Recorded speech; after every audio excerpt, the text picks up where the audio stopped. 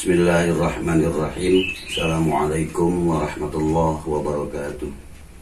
Bismillah, alhamdulillah, wassalatu wassalamu ala rasulillah Muhammad ibn Abdillah wa ala alihi wa sahbihi mawala amma ba'd. Para jamaah rahimakumullah, alhamdulillah wa syukur alhamdulillah, kita bisa bertemu kembali dalam pengajian rutin sebagaimana biasa. Namun mungkin pada kesempatan ini kita melaksanakan pengajian melalui online, ya, tidak bisa secara langsung, mengingat kita dalam suasana karantina di rumahnya masing-masing. Begitu, mudah-mudahan walaupun kita melaksanakan pengajian seperti ini tidak berkurang kemanfaatan, barokah dan juga pahala di sisi Allah Subhanahu wa taala. Para jamaah yang dimuliakan oleh Allah Subhanahu wa taala, baiklah terlebih dahulu sebelum kita melanjutkan kepada apa yang kita akan sampaikan, pertama saya mohon maaf, mungkin durasi pengajian yang biasanya 1 jam atau juga 1 jam setengah, paling pada kesempatan ini kami dapat menyampaikan hanya 30 atau 45 menit.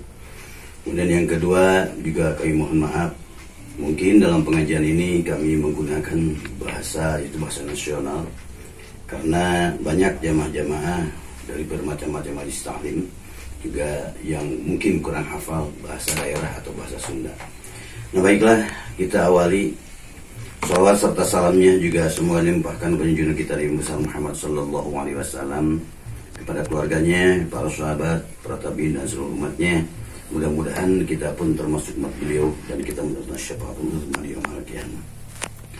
Dalam beberapa minggu yang lalu saya sudah menjelaskan tentang masalah yaitu ibadah secara harian, yakni melaksanakan ibadah sholat 5 waktu yang merupakan kewajiban kita sebagai kaum muslimin. Dan kita sudah menjelaskan miftahus sholat, yaitu kuncinya dari sholat adalah berwudu. Dan di dalam berwudu ini juga kami sudah menjelaskan kemarin, yaitu fardu wudu atau rukun daripada wudu, dimana saya kembali membahas atau mengulas kembali bahwa fardu wudu ini ada 6 menurut para ulama, dan ini para ulama bersumber daripada ayat Al-Quran dan yang juga adalah sunnah Rasul atau juga hadis Nabi. Nah, sebagaimana dalam Al-Quran Allah Subhanahu wa taala berfirman dalam surat Al-Maidah ayat 6, A'udzubillahi minasyaitonirrajim. Bismillahirrahmanirrahim. Ya ayyuhalladzina amanu idza qumtum ilas salati faghsilu wujuhakum wa aydiyakum ilal marafiq wamsahu bi ru'usikum wa arjulakum ilal ka'bain.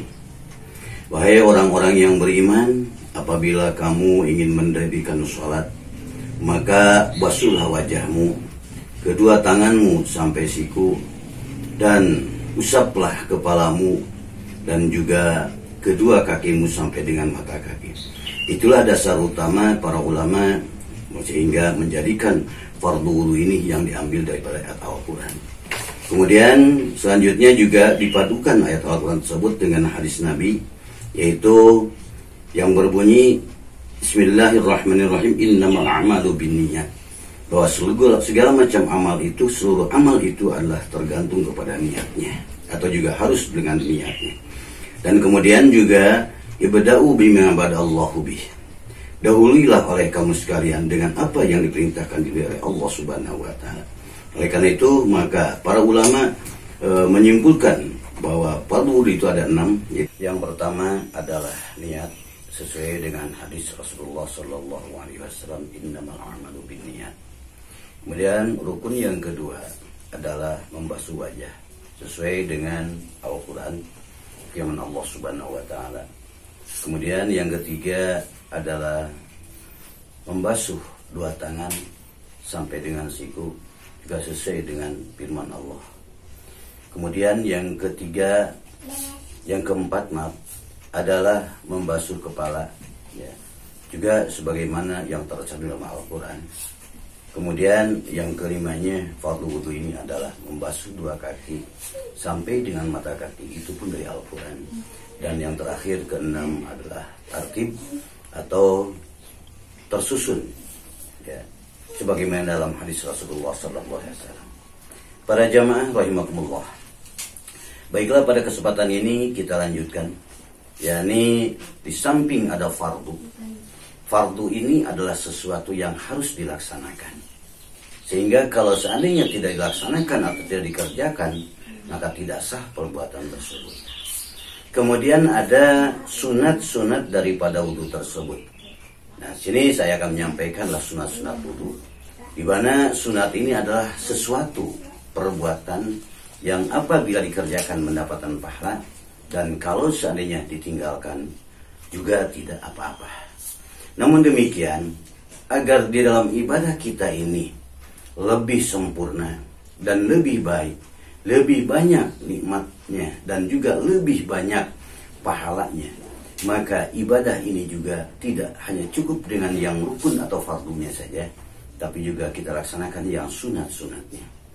Sebagaimana kita ketahui bersama, suatu contoh misalkan dalam kehidupan sehari-hari, ya, kita ini memerlukan makan. Yang wajib makan itu adalah nasi yang dimakan. Namun ternyata dalam makan tersebut tidak hanya cukup memakan nasi. Ternyata kadang-kadang lauk pauknya itu lebih banyak daripada nasinya. Ya. Jadi yang sunat-sunat ini lebih banyak daripada yang pokoknya. Ya. Seperti misalkan kalau ada istilah dalam ilmu kesehatan, yaitu 4 sehat 5 sempurna.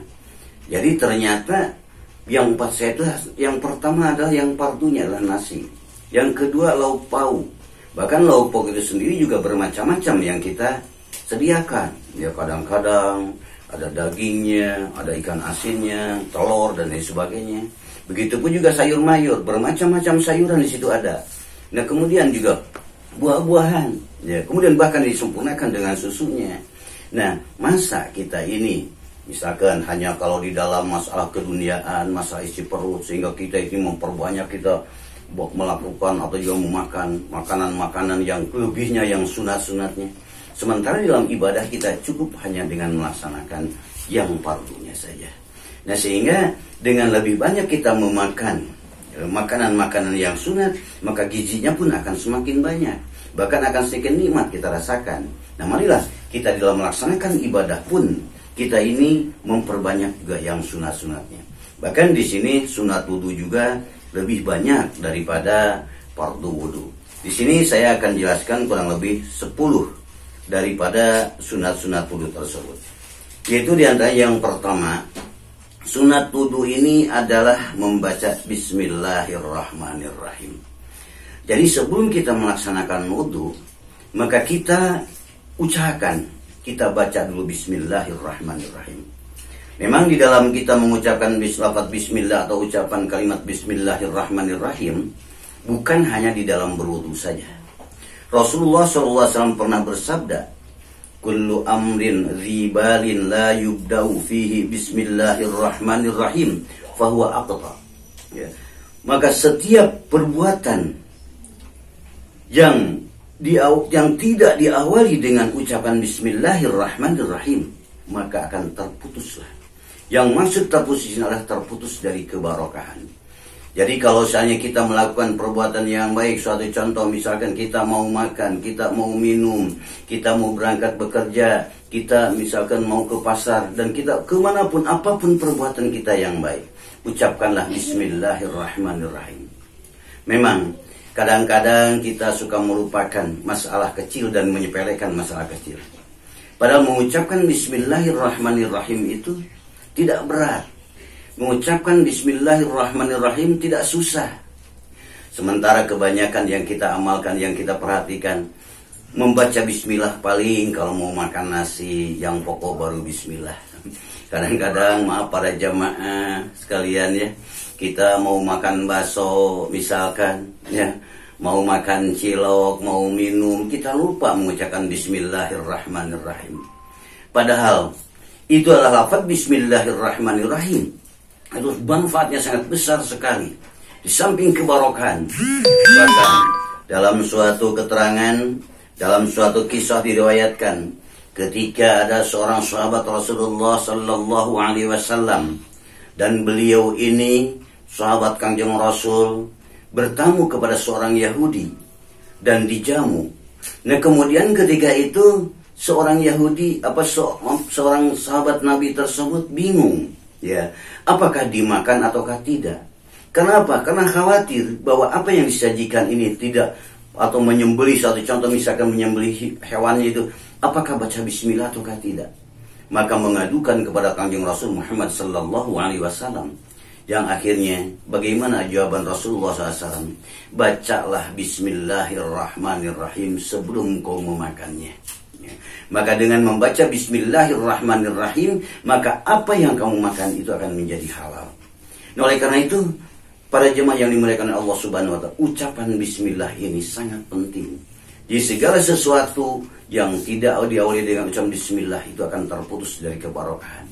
Mungkin saja, maaf ya, tanda kutip, kenapa kita usaha capek-capek, kenapa kita berikhtiar dari pagi sampai sore, kemudian kelihatannya kok sepertinya tidak barokah.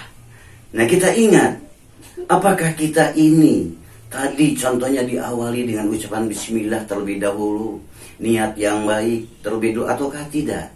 Sebab kadang-kadang kita pulang dari rumah, kita lupa dengan membaca bismillah. Apalagi kalau dengan sempurna, bismillahi tawakkaltu 'alallah, amantu billah, wala haula wala quwata illa billahil aliyil azim. Kemudian kita niat keluar dari rumah, mau mengerjakan apa, mau kita melaksanakan apa, kadang-kadang kita lupa. Nah, inilah perkara yang kecil kadang-kadang juga suka diremehkan oleh kita. Maka sekali lagi, di dalam melaksanakan atau kita kalau ingin berwudu, ucapkanlah dulu bismillahirrahmanirrahim. Bahkan Rasulullah Shallallahu Alaihi Wasallam juga pernah bersabda di dalam sebuah hadisnya, tawaddau bismillahi, rawahul Baihaqi. Berwudulah kamu sekalian dengan membaca bismillahirrahmanirrahim. Dan juga ada dalam suatu hadis yang mengatakan, man tawaddoa, barang siapa yang berwudu, wa dzakarasmallahi ta'ala, kemudian dia menyebut nama Allah Subhanahu wa Ta'ala, yakni dengan mengucapkan bismillahirrahmanirrahim, kana tahuran li jami'i badanihi, maka yang suci itu adalah seluruh badannya, walaupun hanya yang diwasuh wajah, tangan, kepala dan kaki, tapi dengan mengucapkan bismillahirrahmanirrahim tersebut, maka Allah mensucikan seluruh anggota badannya. Wa illam lam yadhkur ismallah ta'ala, dan barang siapa yang tidak mengucapkan bismillahirrahmanirrahim ketika berwudu, kana tahuran li a'dha'i wudu'ihi, ya, maka yang sucinya itu hanyalah apa yang dibasuhnya. Jadi dengan bismillahirrahmanirrahim, seluruh anggota tubuh dari mulai kepala, istilah Sunda mengatakan, di luhur seujung rambut, tiana susap dambal, bersih, suci semuanya di hadapan Allah Subhanahu wa Ta'ala. Tapi apabila kita hanya membasuh apa yang dibasuh, hanya itulah yang suci dan bersihnya. Yang lainnya tidak ikut suci dan bersih. Nah, oleh karena itu, dengan perbuatan yang dengan ucapan atau dengan kita mengucapkan bismillahirrahmanirrahim yang tidak begitu susah untuk kita mengucapkannya, maka kita ini akan mendapatkan manfaat yang lebih banyak. Itulah jemaah yang dimuliakan oleh Allah Subhanahu wa Ta'ala.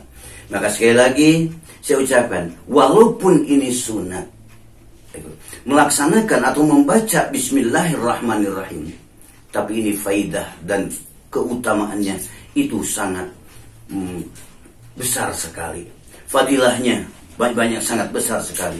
Bahkan saudara-saudara kaum muslimin yang berbahagia, Rasulullah Shallallahu Alaihi Wasallam kan pernah bersabda dalam hadisnya, inna ummati ya'tuna yaumal qiyamah ghurran muhajjalina min asaril wudu. Sesungguhnya umatku nanti akan dibangkitkan pada hari kiamat dan akan digiring oleh Allah Subhanahu wa Ta'ala ghurran muhajjalina min asaril wudu. Dan dia itu adalah mempunyai wajah yang cemerlang, kaki bersinar, bercahaya, dan dia ini adalah termasuk manusia-manusia yang berbahagia, manusia-manusia yang kelihatannya dia itu adalah akan mendapatkan keberuntungan. Siapakah mereka itu? Yaitu diantaranya mereka adalah orang-orang yang suka berwudu. Itulah sebagai berkas-berkas daripada air wudu yang suka dilaksanakan ketika dia masih hidup. Apalagi pada zaman sekarang, saudara-saudara kaum muslimin, ternyata ya, kita perhatikan bahwa dalam masa-masa sekarang seperti musim corona ini, Kita dianjurkan oleh Allah, oleh pemerintah, maaf. Ya, kita dianjurkan untuk banyak berwudu, untuk banyak mencuci tangan dan sebagainya. Padahal itulah merupakan suatu perbuatan, kebiasaan kita sebagai umat Islam. Karena minimal kita 5 kali sehari kita ini berwudu. Juga Rasulullah Sallallahu Alaihi Wasallam bersabda dalam hadisnya, "Idza kana yaumul qiyamati," apabila datang hari kiamat, "yahsyurullah ta'ala qauman," Allah Subhanahu wa ta'ala mengumpulkan kaumnya, hambanya, wujuhum kal kawakib, satu kaum, yaitu wajahnya bagaikan bintang. Fataqullahul malaikah, maka malaikat itu bertanya kepada mereka, "Ma a'malukum," apakah amal kamu sekalian? Fayaquluna, maka mereka menjawab, "Kunna idza sami'na al-adzan," maka kami apabila mendengar azan, "Qumna ila taharati," maka kami berdiri untuk bertoharoh dan untuk wal wudu'i dan wudu, wala taghtashil bighairi, dan kami tidak menghiraukan perbuatan apapun yang kami kerjakan, tidak dihiraukannya, tapi kami ini langsung melaksanakan wudu. Wa qauman wujum kal qaman, dan suatu kaum ada lagi yang wujudnya bagaikan bintang, bagaikan bulan, yang wajahnya bagaikan bulan. Fayaqulu lahum, maka ditanyakan lagi kepada mereka, "Ma a'malukum," apakah amal kamu sekalian? "Kunna natawaddo qoblal azan," maka mereka menjawab, kami adalah orang-orang yang berwudu sebelum azan berbunyi. Nakun wa qauman wujum kasyamsi, dan ada suatu kaum lagi wajahnya itu bagaikan matahari. Nah kemudian fayaqulu ba'da su'al, maka malaikat juga bertanya lagi. Maka kemudian mereka itu menjawab, "Kunna nasma'un nida fil masjid," kami ini adalah orang-orang yang apabila mendengar azan itu sudah ada di masjid. Masya Allah, begitulah fadilah daripada berwudu. Untuk itu jangan sia-siakan berwudu kita. Laksanakan wudu dengan sebaik-baiknya. Pada waktu-waktu yang telah lalu, waktu kita komunikasi berjamaah secara langsung dalam pengajian, maka saya sudah sampaikan batas-batas berwudu. Kalau membasuh wajah, apa saja, dari mana batasnya, tangannya, kepala dan kaki dan sebagainya. Perbaikilah mari bersama-sama oleh kita sekalian supaya wudu kita adalah benar. Karena miftahus sholah al-wudu, kuncinya sholat adalah wudu. Kalau seandainya kuncinya jelek, maka pasti kita tidak akan membuka, ya, tidak bisa membuka. Tapi kalau seandainya kuncinya baik, insya Allah segala rupanya akan menjadi lancar. Makanya perbaikilah wudunya. Nah sekali lagi, di dalam atau selain daripada rukun yang kita laksanakan di dalam berwudu ini, maka juga sunnah-sunnah wudunya. Sekali lagi, saya sudah katakan tadi bahwa sunnah wudu yang pertama adalah membaca Bismillahirrahmanirrahim. Kemudian yang kedua, bahwa sunnah-sunnah daripada berwudu ini adalah membasuh 2 telapak tangan. Nah jadi sebelum kita melaksanakan kepada yang rukun, kita wasuh dulu, kita cuci dulu 2 telapak tangan. Rasulullah Sallallahu Alaihi Wasallam pernah bersabda, "Idza qama ahadukum min naumihi falyaghsil," apabila kamu sekalian bangun daripada tidurmu, falyaghsil yadaihi, maka cucilah kedua tanganmu, qabla ayyadkhulahuma, sebelum kamu masukkan kedua tanganmu itu, fil ina'i, dalam sebuah bejana atau tempat, salasan 3 kali. Jadi kata Rasulullah, apabila kita bangun dari tidur pun, sebelum kita ini melaksanakan kegiatan apapun, bahkan termasuk di situ juga wudu, adalah cucilah 3 kali. Kenapa? Fa innahu la yadri aina batat yadahu. Karena kita tidak tahu ketika kita sedang tidur, kemanakah tangan kita berjalan, kemanakah tangan kita pergi. Kalau istilah Sunda mengatakan, teuing ka mana ngarayapna eta panangan. Ketika kita sedang bertidur, mungkin saja memegang yang kotor dan lain sebagainya. Nah, oleh karena itu, maka cucilah terlebih dahulu, termasuk di dalam berwudu. Jadi karena apalagi dalam berwudu nanti kita akan berkumur dalam sunatnya dan sebagainya, ya, akan membasuh juga anggota-anggota tubuh yang lainnya, maka terlebih itu basuhlah kedua telapak tanganmu. Itu yang kedua. Kemudian yang ketiga adalah berkumur-kumur atau menggosok gigi. Ya, berkumur-kumur ini juga disunatkan di dalam berwudu. Ya, idza tawaddu'a famadmad. Apabila kamu berwudu maka hendaklah kamu berkumur-kumur.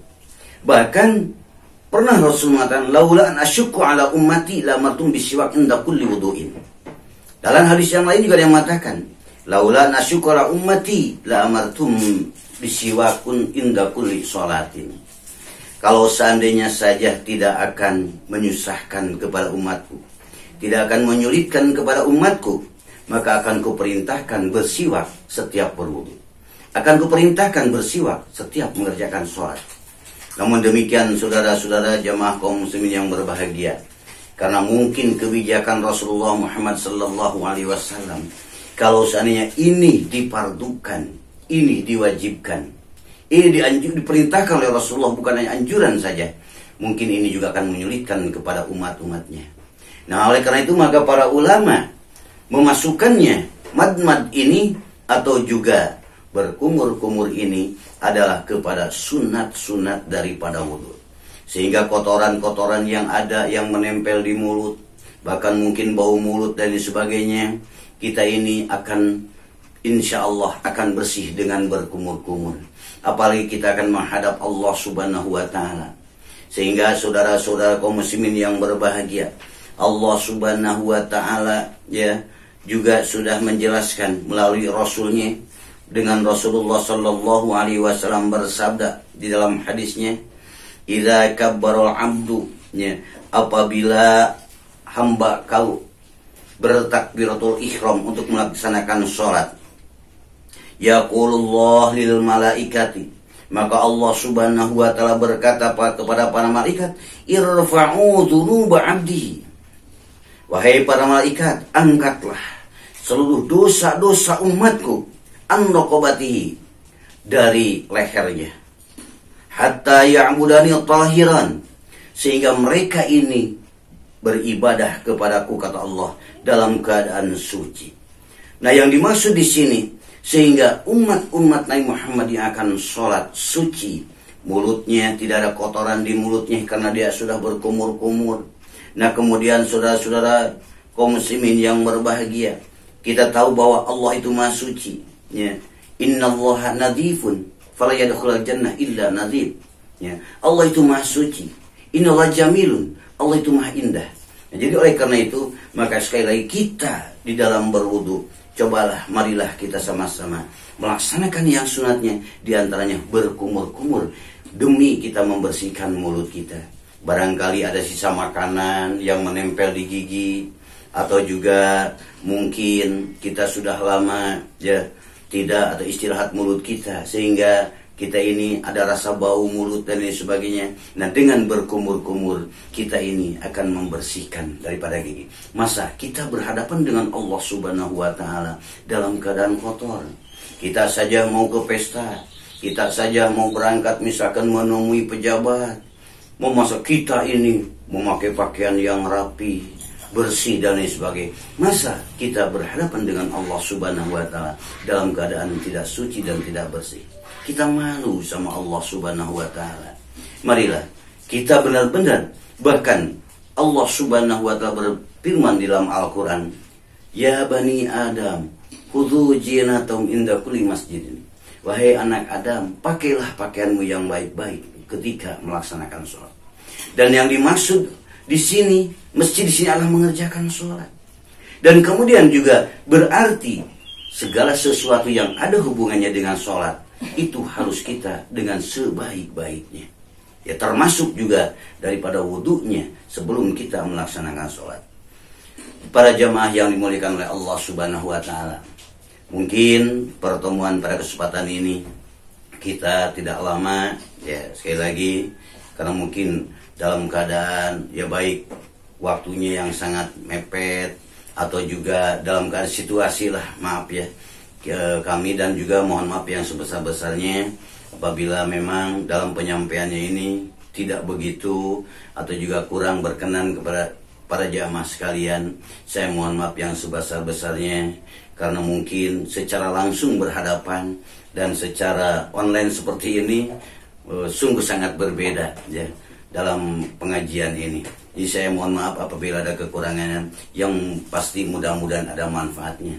Marilah kita berdoa kepada Allah Subhanahu wa taala, mudah-mudahan kita segera bisa melaksanakan pengajian seperti normal seperti biasa, dan juga mudah-mudahan apa yang diberikan oleh Allah kepada kita sekalian, apa yang sedang diturunkan oleh Allah Subhanahu wa taala, ujian kepada kita sekalian, segera oleh Allah diangkat, segera kembali penyakit-penyakit ya, yang mana mudah-mudahan kita bisa melaksanakan ibadah secara tenang. Apalagi kita menghadapi bulan Ramadan, ingin rasanya kita sholat tarawih dengan tenang, ingin rasanya kita saum dengan tenang.